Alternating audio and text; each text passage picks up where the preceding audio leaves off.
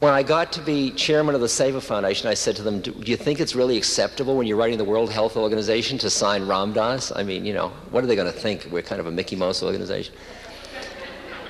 But I finally decided that it was all right to be the servant of God fully. I'm really enjoying it. So here we are. It's Ram Dass for better or worse.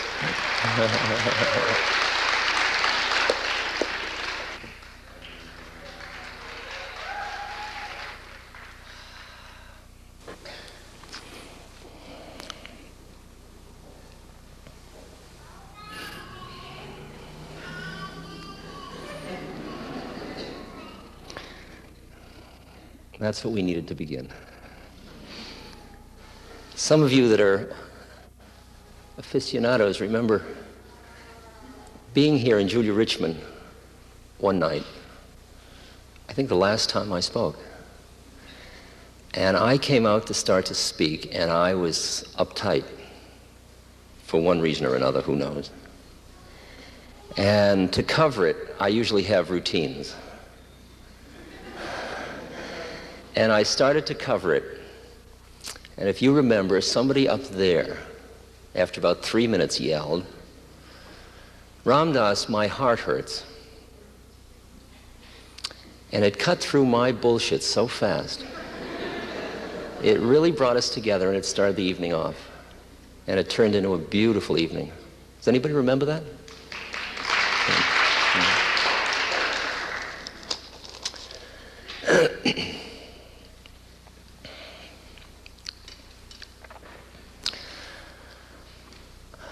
Those of you that have been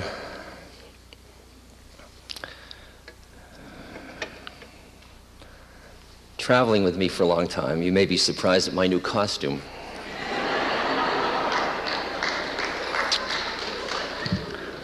I'm chairman of the board of the Seva Foundation, and this is as straight as I could get. This is... Take it off, it's the same schnook it always was. Oh boy, it's such fun to play all these games. It all seems real for a moment.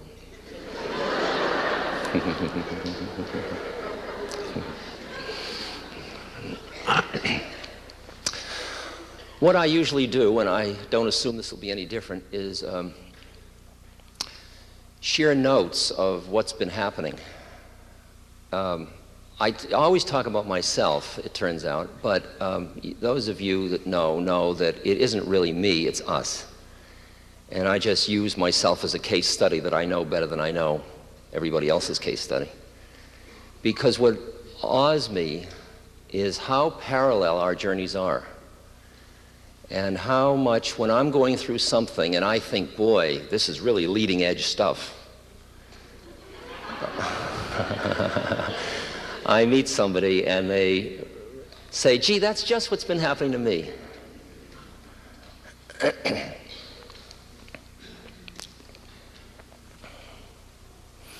Just to put you at ease with an old familiar story about that one. You recall that story about when in the 70s, when everybody came and they all wore white and smiled a lot, and they were all between 15 and 25? That was who the audience was in those days. And if you remember the story about that in the front row, there was one woman sitting there who was about 70, and she was wearing a hat with little strawberries and cherries on it, artificial. And she was wearing a print dress and black Oxfords, responsible Oxfords, and she had a black patent leather bag. And I thought, she's obviously somebody's relative, because everybody else was very different than she was. So I started to talk for the group, and in those days we all knew. You know, that was in the 60s and 70s, we all knew. And everybody didn't know, but we knew. And many of us knew because we had shared initiation rites, chemical or otherwise, mostly chemical. So I would tell a story about what happened to me, and everybody would nod, and I'd look over and she was nodding. And I thought, how does she know? so I told a further out story, like the last time I was stoned on the beach in Mexico and standing by the ocean, and I lost my body and the thread broke, and she's going like this, you know. And I figure, maybe she's got a neck problem, you know. That's like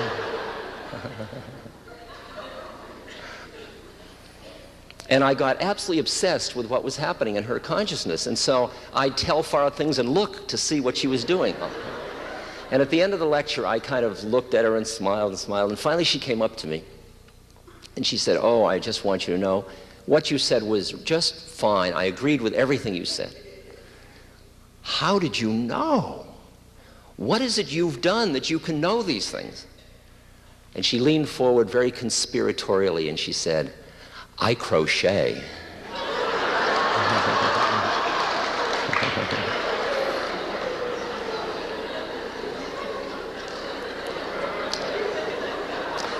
That's when I knew that the game was bigger than I thought it was.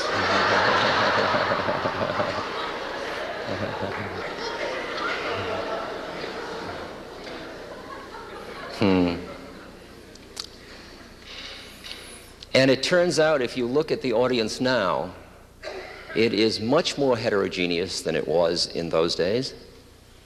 And we're all gathered, I'm saying the same thing I was saying 20 years ago. And yet, here we all are hearing, and we didn't all come here through any one method. Isn't that far out? Just to think about that. Because in the 60s, we thought there was a method.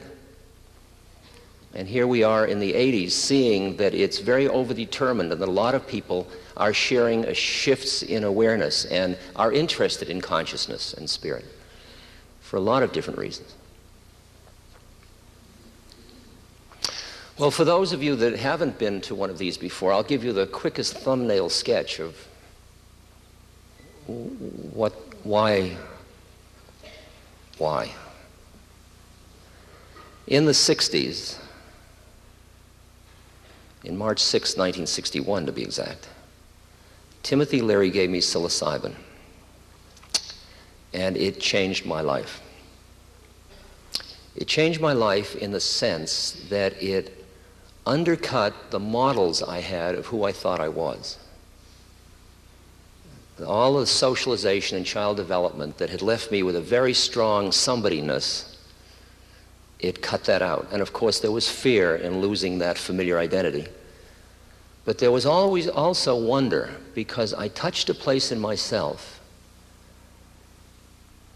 that was, it was behind all my social roles. And it was a presence. Instead of being good or this or that or achiever or anything, I experienced a place in myself where I just say, I am. Not I am this or I am that, just I am.